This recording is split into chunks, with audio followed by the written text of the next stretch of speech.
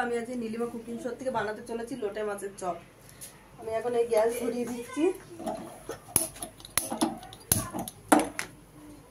অল্প করে জল দিয়ে দিচ্ছি।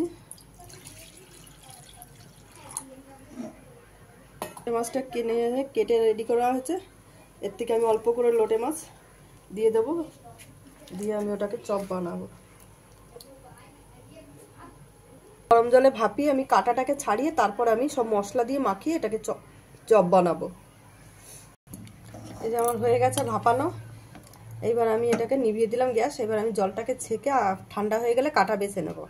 প্রথমে আমি কাঁটাগুলো ছাড়িয়ে নিয়েছি, দেখুন একদম পরিষ্কার করে কাঁটা ছাড়িয়ে নিয়েছি। এইবার আমি দিয়ে দেবো পরিমাণ মতন বেসন,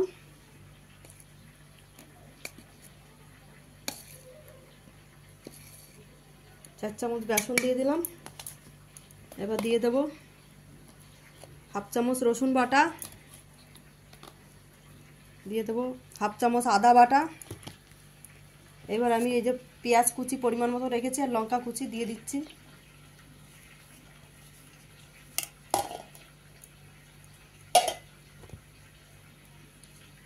দিয়ে দেবো 1-2 চামচ ধনে জিরের গুঁড়ো, দিয়ে দেবো 1 চামচ লঙ্কার গুঁড়ো, দিয়ে দেবো পরিমাণ মতো নুন, দিয়ে দেবো পরিমাণ মতন হলুদ গুঁড়ো। এবার আমি এটাকে মেখে নেব।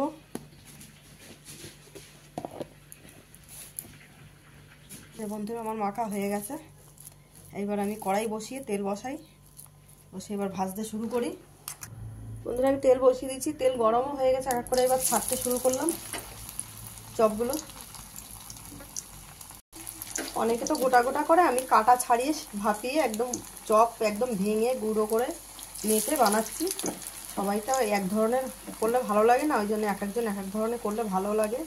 আর এটা খেতেও দারুণ টেস্ট হয়, এইভাবে কাটা মুখে লাগে না, খুব সুন্দর লাগে।